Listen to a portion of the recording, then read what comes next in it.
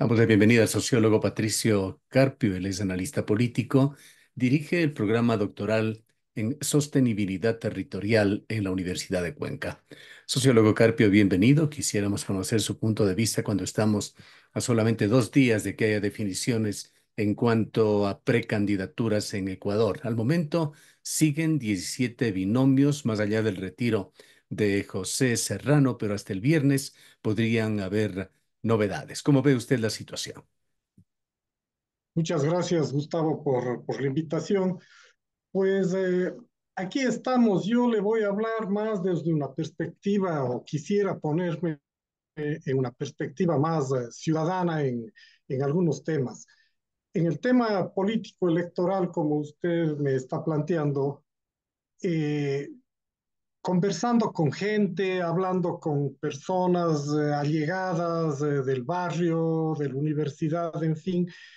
Y yo me atrevería a decir que el 99.9999% de la ciudadanía en general está absolutamente hastiada de lo político.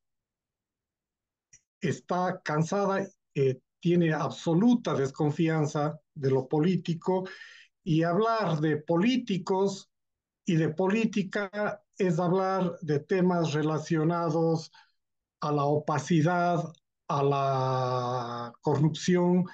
Entonces, la ciudadanía fundamentalmente se ha agotado en relación a lo político.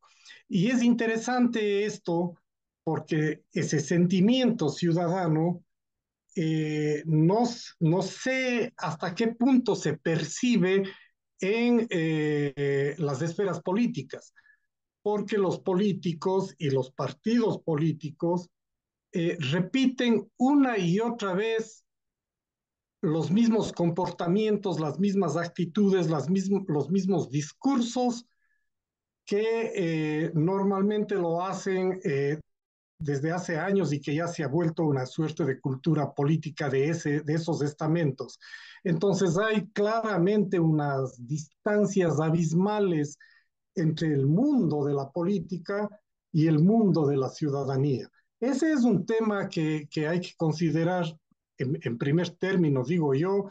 Luego me gustaría comentarle algunas cuestiones sobre el contexto internacional y el contexto nacional, pero sobre el tema electoral propiamente dicho y la gran cantidad de binomios que se están presentando, eh, es justamente en correlación a lo que digo, es decir, a la ausencia de aprendizajes de parte de la esfera política y de los partidos políticos de no responder adecuadamente a lo que la ciudadanía espera. Claro, 17 binomios.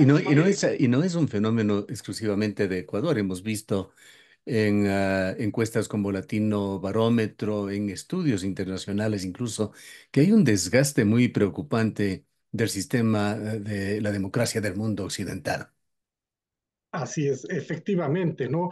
Y hay señales de que pueden haber cambios, pero en el caso de nuestro país o de nuestros países, sobre todo latinoamericanos, esa gran dispersión obedece fundamentalmente a que los partidos políticos cada vez y más nítidamente se configuran como se decía vulgarmente, cotidianamente, tiendas políticas. Pero ahora son como tal como su nombre lo indica, tiendas políticas. Entonces están ahí para, ¿qué es lo que hace una tienda? Comprar, vender y tener clientes. La diferencia es que la tienda del barrio satisface necesidades.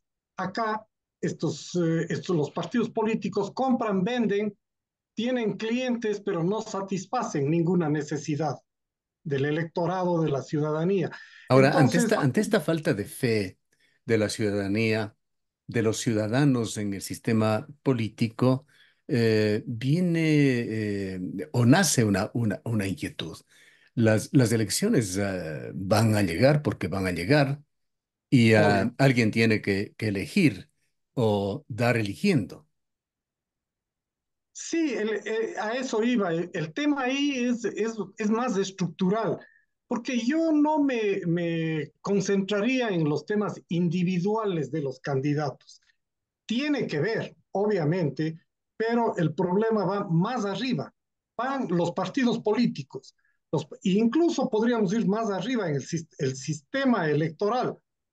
Pero si nos quedamos en ese punto intermedio que son los partidos políticos, fíjese usted, los partidos políticos han roto toda frontera de carácter político ideológico y están ahí para elecciones.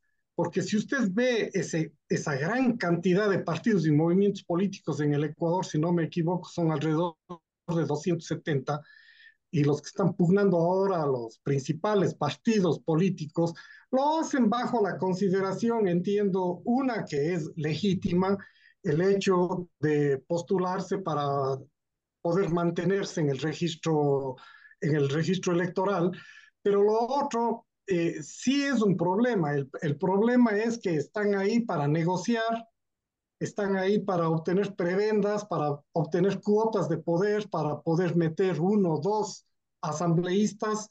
Entonces, las fronteras políticas, ideológicas, para poder trazar tendencias ideológicas, no existen.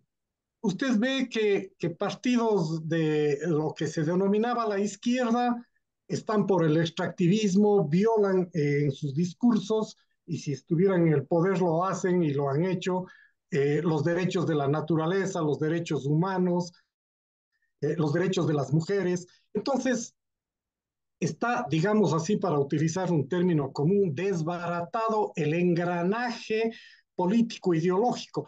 Y no es que tengamos que olvidarnos de que existe izquierda y derecha. El centro siempre será un péndulo, ¿no? Pero izquierda y derecha existirá siempre. Y la derecha es los que apuntan a consolidar un sistema en el que actualmente vivimos, la izquierda a buscar transformaciones en búsqueda de mayor equidad, de mayor igualdad, derechos, etcétera. Eso es indiscutible. No estoy hablando de comunismo y de neoliberalismo. Estoy hablando de tendencias en nuestro contexto, en el contexto actual del siglo XXI, entre democracias, una democracia que efectivamente resuelva problemas de la gente, respete sus derechos, y otro tipo de democracia de carácter autoritario, de carácter sustentado en el mercado y no en las personas, en fin. Pero Y en eso en Ecuador términos... quizá deberíamos poner un ingrediente adicional. Ecuador no ha estado libre del autoritarismo, de ciertas restricciones a derechos fundamentales, pero aquí se ha atentado directamente contra el Estado de Derecho. Esa cooptación de la justicia en Ecuador es realmente escandalosa y alarmante. Claro, entonces ahí yo sí quiero anotarle rápidamente, porque no es el tema, pero es que hay que contextualizar los escenarios. Anotar los dos contextos, digamos, que están muy trabados. El uno es el contexto internacional y el otro el contexto nacional. A nivel internacional, ¿cuál es el rol que tiene Ecuador en ese mapa mundi? El rol es el que nos asigna la economía mundial y lo que en muchos textos de los propios gobiernos del poder mundial denominan el ordenamiento económico territorial, es decir, cuál es el rol de cada una de las áreas, en este caso América Latina y Ecuador. El rol que nos han asignado es seguir siendo países primarios exportadores. Y cuando hablamos de países primarios exportadores, el centro de la atención está en los productos agrícolas que exportamos, en el petróleo, en la minería, por supuesto, productos del mar. Yo diría, pare de contar, con algún nuevo producto no tradicional que ha emergido últimamente. Esto Ese es es sumamente delicado en un país como el nuestro, en donde vemos que gobierno a gobierno lo máximo que atinan es a conseguir más créditos, a eso sostener las voy. finanzas públicas en base a endeudamiento, pero sin ningún proyecto sólido, sustentable, en el cual se pueda poner fe que cambie, por ejemplo, la matriz productiva del Ecuador y que dé exacto. señales que vayan más allá de lo que vivimos, el extractivismo y el endeudamiento. Exactamente, usted ha adelantado lo que quería anotar. Entonces, porque esto tiene relación con el proceso electoral, con lo que se viene, con el contexto nacional. ¿Quién, qué gobierno altera esa ese rol que nos han asignado y que usted bien lo ha señalado? Nuestro país se sustenta entonces en, en esa función que nos han dado. País extractivista, hace 2 días o 3 días estuvo aquí en el encargado, el ministro, no sé cuál es la denominación, de crecimiento económico de Estados Unidos, aquí en Ecuador, para analizar en qué áreas se puede invertir como empresas norteamericanas y principalmente ponen a flote el tema de la minería. Entonces, ese es el rol que nos dan y no hay un solo gobierno de los tantos que hemos pasado en los últimos 30 años o más que se plantee lo que usted acaba de señalar, un cambio de la matriz productiva, de la matriz económica, de la matriz colonial o neocolonial en la que estamos. Entonces, ahí está el problema. ¿Cuáles son los fondos con que ese es el segundo, el otro gran problema, el financiamiento del país? Entonces, los gobiernos se asientan en el extractivismo petrolero, minero y exportaciones de acuacultura, de agricultura y en endeudamiento externo. Y el endeudamiento externo significa una agenda. Primero, nadie sabe a dónde van los fondos, los recursos que nos dan por endeudamiento externo. Ahora estamos, creo que, Gustavo, alrededor de 60.000 millones, si no me equivoco, más o menos. Entonces, ¿en dónde están los fondos del endeudamiento externo? A cada momento vemos que hay nuevos acuerdos que le prestan 100 millones por acá, 1.000 millones por allá. Nadie sabe a dónde va. ¿Se va a pagar las deudas del Estado, los sueldos, etcétera? ¿O algún tipo de inversión? No se sabe.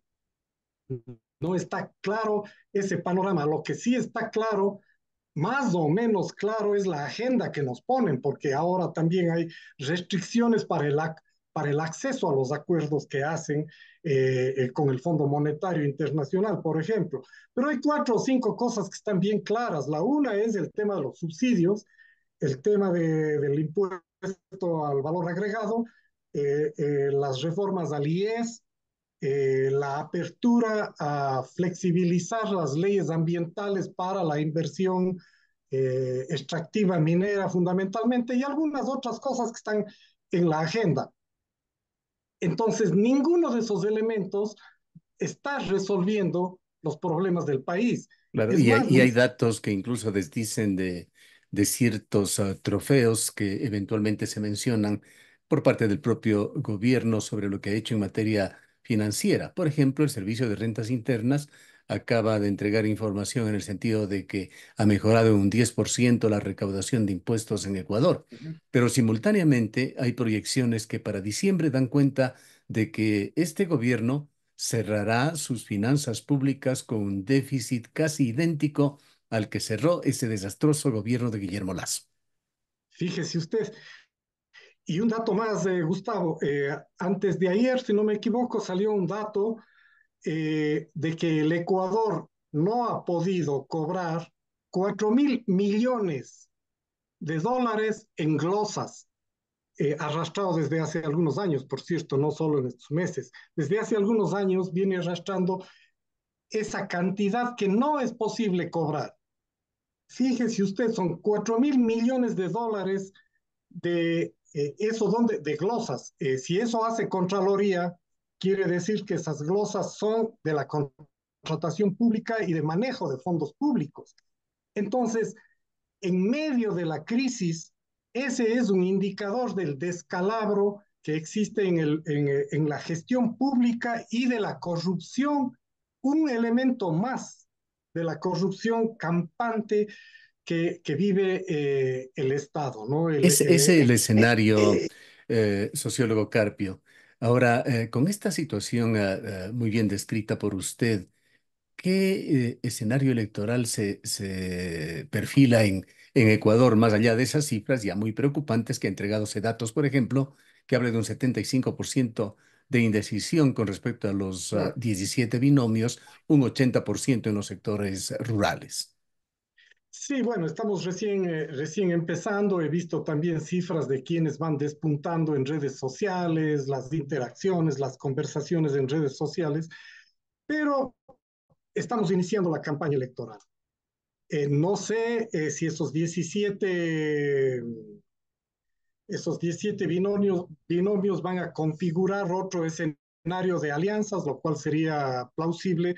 Sin embargo, el problema aquí es que los problemas que tenemos y que hemos descrito y que se expresan, por ejemplo, en el empleo adecuado que está alrededor del 20 o algo más por ciento de la población económicamente activa, que quiere decir que todo el resto es o desempleo o empleo inadecuado. Eso se refleja en dónde? En pobreza y en migraciones. Ese escenario y falta de inversión, porque no hay capital para los sectores medios para abajo para desarrollar y hacer emprendimientos y generar algún tipo de economía. Entonces, quiere decir que si no estamos en recesión, por lo menos estamos en una situación estacionaria en términos de desarrollo económico. Eso tiene muchas implicaciones en la sociedad. ¿Qué, ¿Cómo relaciono esto con lo electoral? Si ese es un problema, ningún candidato está dando ninguna pista. Claro, estamos recién empezando, por supuesto, hay que reconocer aquello, pero no se vislumbra nada por ahí. No se vislumbra lo que usted ya anotó. Alguien que tenga la capacidad de señalar otra ruta para el Ecuador. Y lo único que los candidatos en sus presentaciones están haciendo es señalar que van a luchar contra la inseguridad, que es el otro gran problema que tiene el país. Entonces, y que van a hacer A, B, C, D, F cosas. Eso es tarea de un ministro de gobierno, pero no de un presidente. El presidente da directrices, pero en conjunto con un gabinete, y el que tiene que ejecutar aquello es definitivamente el ministro de gobierno como jefe de las Fuerzas Armadas, de la policía, etcétera, ¿no? O de la Bien. policía. El tiempo, por supuesto, es muy corto en este espacio, no nos da para analizar ni siquiera unas pocas de las candidaturas, pero no quisiera dejar de tener su opinión en ese interinazgo del que muy poco se habla en algún momento entre el 13 de septiembre en el que inicia la inscripción de candidaturas y el 2 de octubre, el presidente de la República primero por un principio moral, luego porque hay regulaciones en Ecuador tendrá que dejar el poder y tendrá que ser reemplazado por el momento, la vicepresidenta de la República. ¿Cómo ve usted esa otra situación? Sí. Lo primero es que Novoa, al igual que Lazo, le han hecho un flaco favor a la derecha y a los sectores empresariales, a los sectores oligárquicos, porque Lazo mostró su clara ineptitud y salió realmente asustado. El momento de la muerte cruzada fue su salida salomónica para no enfrentar los líos de corrupción y los juicios que se estaba planteando por parentazgo, no solo familiar, sino parentazgo con la delincuencia, la corrupción, etcétera. Entonces, ahí fue un fracaso rotundo. Daniel Noboa, eh, que entró con un furibundo discurso que para algunos fue innovador, para otros que ya tenemos nuestros años y conocemos a las gentes y a las tendencias, pues nada que ver. Es un gobierno estático que obedece órdenes del Fondo Monetario Internacional y de la Embajada Norteamericana, tanto que cada vez que toma medidas o hace discursos sobre política internacional, mete las patas. Entonces, es un gobierno realmente desastroso porque no ha pasado nada en este país. Sin embargo, hay gente que todavía considera, y según he visto las primeras sondeos de opinión electoral tiene todavía algún respaldo. Sobre la vicepresidencia, pues, ¿cuál será el escenario? No le podría decir, sin embargo, yo creo que buscarán mil formas, pero no le darán paso a la vicepresidenta a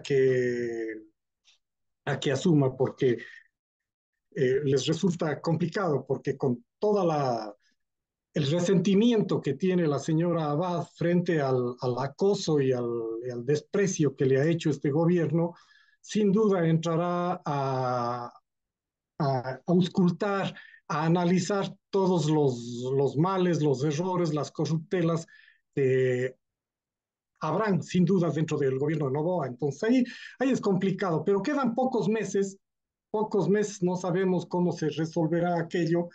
Sin embargo, van a ser meses con mucha calentura por justamente el tema electoral. Yo podría finalizar diciendo que en Ecuador y en muchos otros países como Perú, tal vez Argentina también, no sé por ahí algún otro, la política es un campo minado. Todos los espacios que existen en la esfera de lo público, lo estatal y en relación mucho con lo privado también, tiende a estallar. Y siempre hay detractores, porque hoy estamos viviendo una cosa, que la clase política se ha constituido en clase para sí mismo y su forma de actuar, todos saben para qué están ahí, todos saben y se tapan un poquito, pero tienen que desempeñar un rol. El rol es de protagonizar, para estar en los medios, para tener, y todos aceptan, es un consenso el hecho de las tensiones, de las pugnas, de las peleas, pero es un show, porque todos saben qué hay detrás.